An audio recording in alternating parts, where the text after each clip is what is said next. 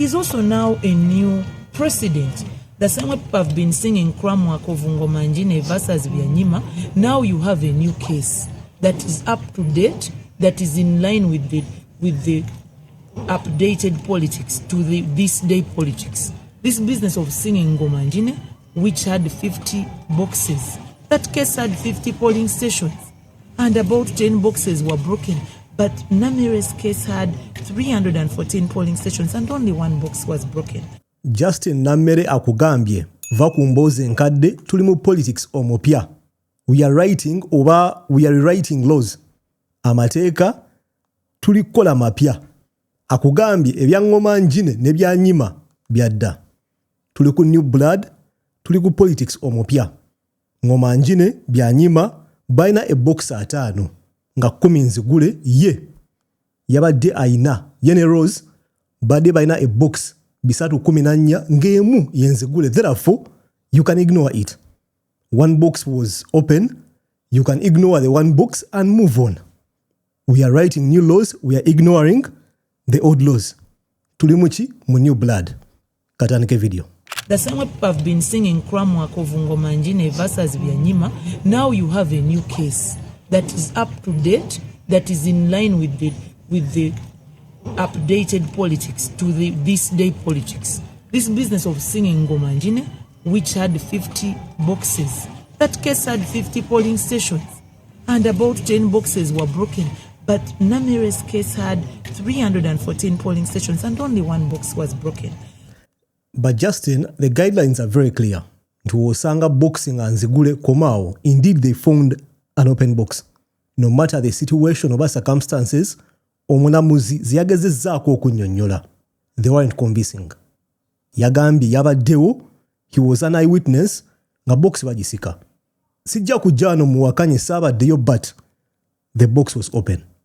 The mechanism of how the box was open, I don't think it matters. The fact is, the box was open and the guidelines tell you. Nti singa box ebanga nzigule komaawo. Yes, I accept amateeka gakyuka tuli mu 2026, things change. Naye under which circumstances? Nga omuntu akuwangudde n'ogenda mu kooti yennyini n'erangirira, omulamuzi n'alangirira n'agamba nti olinasanga boxing nga nzigule, tetujja kweyongerayo. Ate nga twakirabyeko in this same election. Then the goalpost changes in the final minute. Omulamuzi n'akugamba tugenda kweyongerayo, nga yakugamba because only 0.3% of the ballot boxes had an issue or a problem, it doesn't matter. The fact that there's an issue or a problem, obuzobuliawo. An issue or a problem exists, therefore, it doesn't meet the guidelines. Komao. So let's grow with the growing and the changing world. Jurisprudence is about serving justice. It's not about winning arguments. So I want to encourage my learned colleague, who was the lawyer of my opponent, Sam Moizi, don't mislead the country. Justin yeyongerayo nga kugamba nti baloya ba Rose stop misleading the country. Tuli mu generation impya, change with the generation. Boche baakoze nga bagenda mu high court. Nga baggulawo musango nga bagamba ebyatuuseewo. We don't agree with them. Watch. We have laid several grounds against which we made our application first. That it was wrong for the Chief Magistrate to proceed hearing this matter outside the mandated 4 days. That it was wrong of the Chief Magistrate to proceed on recount during the weekend. It was wrong of the Chief Magistrate to disregard his own orders. The orders that he would not proceed with any recount process if he found any of the boxes tampered with. It is on record that he himself decided to disregard a total of 10 boxes for having been tampered with. So having made a decision that he would not proceed with any recount upon finding boxes tampered with, that he made orders out of such a process, such orders need to be set aside by the High Court. He is wrong at procedure if you realize we made an application before him that before you proceed with this process, there are checks and balances. You ought to use what we call a packing list of seals to determine on whether the seals on the boxes are the ones that were packed for the particular respective boxes. Story yeyongerayo bigenze mu high court, and court means wagenda kubayo kukola ki okusika emiguwa bigenda kuwanvuwa, tujja kulinda tulabe ani agenda okuwangula, tujja kulinda tulabe court kyegenda okusalawo. As always tujja kubeerawo wano, ebinaafuluma tujja bikuleetera. Tweyongereyo. Pastor Kayanja yavuddeyo n'avaamu omwasi n'ayogera n'akugamba nti bonga abakkiriza aba church, they don't agree with what happened e Magere mu maka ga His Excellency Robert Kyagulanyi Ssentamu, especially ebyatuuka ku Bobi. For the first time oyinza okugamba nti munaddiini ayogedde. Buli wenkola video ku banaddiini, especially ba pastors wa mega churches ennene zina abantu abasukka omutwalo gumu, ebiseera ebisinga kiba kyekuusa ku ssente. Mu kaseera kano I was happy okulaba a religious leader coming out n'akomentinga ku nsonga ng'eno eyamba eggwanga, kwegamba ensonga Bannayuganda gye balinamu interest. Yavuddeyo n'akugamba we don't agree with what happened in Magere. Watch. Yonna yalaba ebyaliwo mu maka ga Honorable Robert Kyagulanyi and especially on his wife. Ebikolwa ebyo tubivumirira nnyo. Amagye gaffe gamanyiddwa ng'ag'empisa wonna gye galaga. Kati abantu abamu ab'olubatu empulunguse nga bwe tukiyita mu Luganda be baagala okuvumisa eggye lya Uganda oba abasirikale ba poliisi aba Uganda. Tulina abantu betumanyi, abantu balamu abatasobola kukola bintu ebyo. Naye so ebikolwa ebyo bibi nnyo, naddala ku mukyala maama w'eggwanga. Bwe mutuuka ne mutuuka bemumwambulira ate muba mwambulidde eggwanga lyonna, ate nga temumulina okukuma bannakazadde b'eggwanga. So abakola ekintu ekyo beenenye, Uganda esobole okugenda mu maaso, kubanga si kya buntu. Ezo mpisa zaffe twabiraba ku biseera bya Amin, Obote 2, kati ebintu ebyo si bye by'amagye gaffe. Tulina officers abantu balamu nno, abantu abatasobola yadde okulagira ekintu ng'ekyo, era baakoze ekyo kyammwe mwe mwakyekoledde, mmwe kibambadde tukyakyambaza b'amagye, kubanga tusula nabo, tubeera nabo, tulya nabo, bakoddomi baffe, baganda baffe, si bwe babeeramu ebyo. So n'olw'ensonga eyo abaakoze ekyo mukyambadde kyammwe, era mulina okukyenenya okivaamu. A wrong is a wrong, no matter how you dress it, n'okiframing otya n'okyambaza otya, ekintu nga kikyamu kisigala kikyamu. Omusumba yavuddeyo n'akonako eyo ensonga, and nja mugamba thank you. Basumba batono nnyo mu ggwanga, saagala kugamba abalina obuvumu, no, abali even bothered okwogera ku nsonga nga zino, abali even bothered okuwona ku nsonga ziwandigambye nti zizimba eggwanga. Most of them they are all after, mbakozeko videos mpitirivu naye abasinga obungi ku bo bali ku prosperity. Saagala genda yeeyo, but thank you pastor, this was a good initiative, this was a good move. Okuvaayo n'okona ku nsonga ng'eno, if you speak about issues affecting a common man ajja mu church yo, you lose nothing. You lose nothing cause omugjamu kingi nnyo, omufunamu nnyo okusinga ye kyakufunamu. Ng'enkugambye sijja kgenda yeeyo. Cyber harassment mu ggwanga etabuse. Waliwo omuvubuka I think yabadde mu court olunaku lw'eggulo nga emisango gye bamukyajinga gya hate speech, kuvaayo, kusiga bukyayi, kwegamba kuyisawo message ekuma omuliro mu bantu. Ntegeddeko nti bamuyita Tiger. Nenkola research ntegere kiki yayogera, and some of his words byali extreme nnyo. Kwegamba language yakozesa, nze I always tell you njivumirira. I don't believe in anyone coming on the internet na spreading a message y'okugyawo abantu, y'okutemako abantu emitwe, y'okukola embeera yonna enyigiriza group endala. I don't. Watch. Amateeka agafuga ebya computer kigambibwa nti gwe wakati w'omwezi ogwa January 2025 ne January 2026 mu bitundu ebyenjawulo mu ggwanga Uganda nga muli Kayunga, Kampala ne Rural districts oba n'ebifo ebirala ng'okozesa kompyuta ng'oyitira mu TikTok account esomerwanga Tayiga 46 wasindika era n'ogabana amawulire nga gakwatagana ku Bannarwanda, Banyankole ng'otiisatiisa okutta Abanyarwanda n'Abanyankole nga gaali si malungi ng'era nga galeetera akatabanguko. Omanyi ekyennaku you can tell nti ali remorseful yejjusa byayogera naye ng'oyinza okugamba nti mu kaseera kano it's too late. Kyanaku nnyo nga nkugambye I'm not a big fan of muntu kujja ku internet n'avuma, but again I'm not a big fan of people being arrested for speaking out. Naye naffe abakola videos ku internet tulina okubeera careful nnyo cause oli out there tomanya video gyegenda kulaga. Ojja ku internet n'osiga obukyayi, rest assured someone is watching.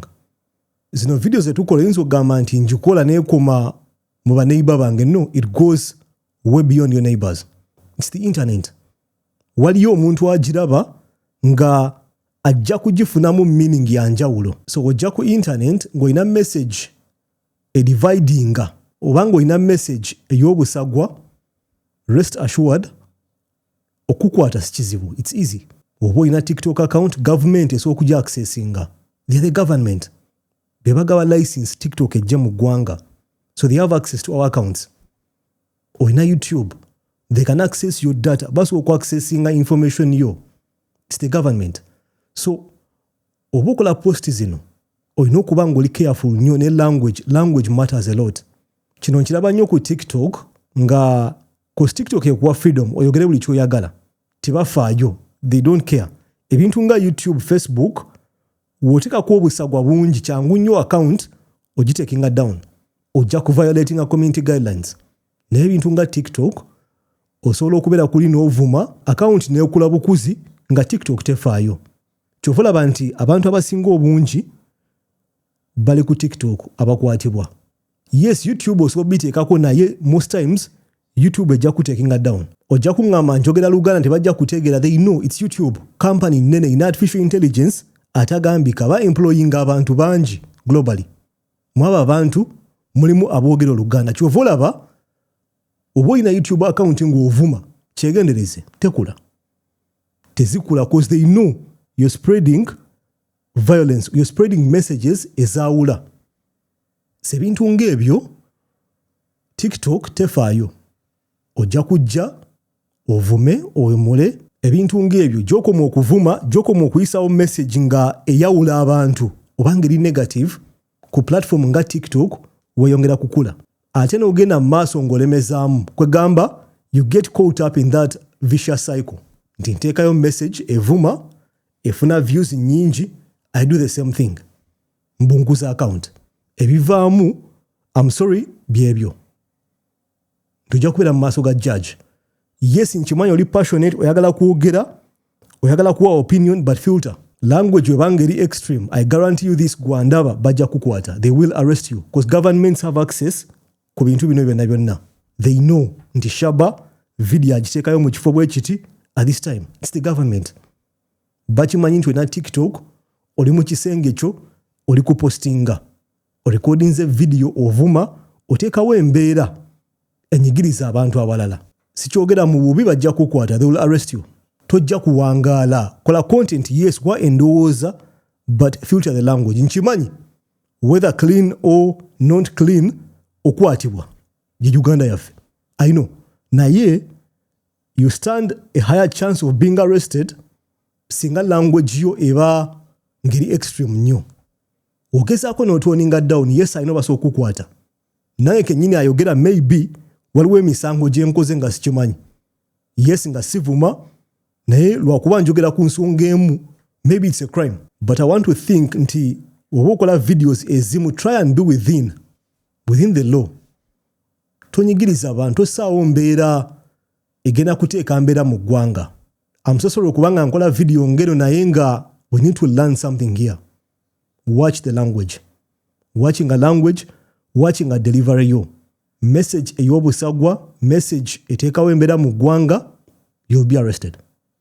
Because eteka eri clear, it's misuse. Buli wotekawo embeera nga you're misusing this space, TikTok, Facebook, YouTube, yonna gyondabira. Rest assured nti government esookukwata in a snap. Waliwo TikTok omulala nalabye nga ali mu court and this one it beats my understanding. Why is she in court?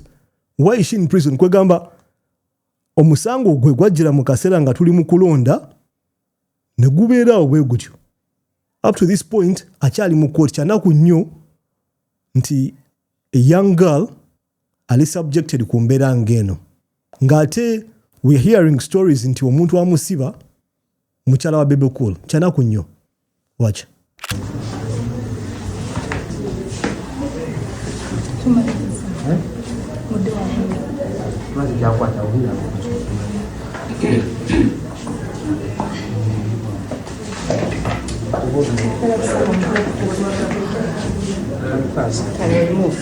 Oyo ye Louis Light nga kigambibwa nti omusango gwamusibisa gwekuusa ku internet kyembadde njogerako sijja kulimba simanyi nsonga lwaki ali mu komera. It doesn't make sense.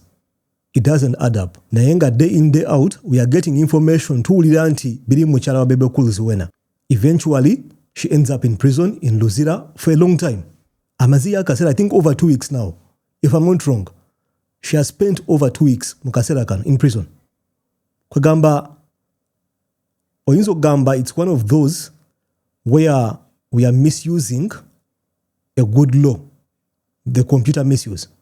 Sirowooza nti ayina kyayogera ekyamaanyi oba ekiri awo that warrants her to be in prison for this long.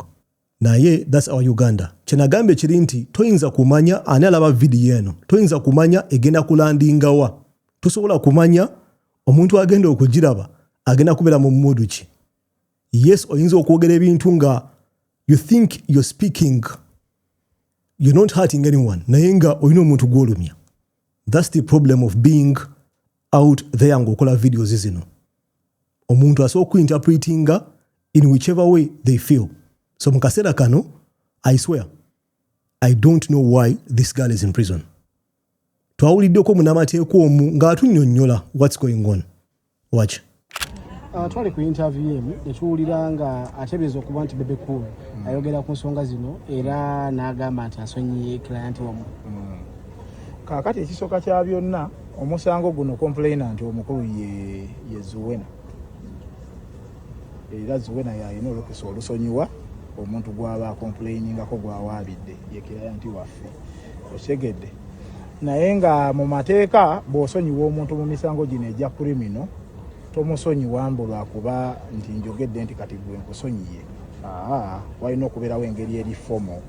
Ekyo kibazayo ku kiki mumbuuziza nti walina okubeerawo engeri eri fomo era nga mu mateeka kitegeeza nti complainant alina ogenda ku poliisi n'akola gye bayita additional statement withdrawing eki omusango.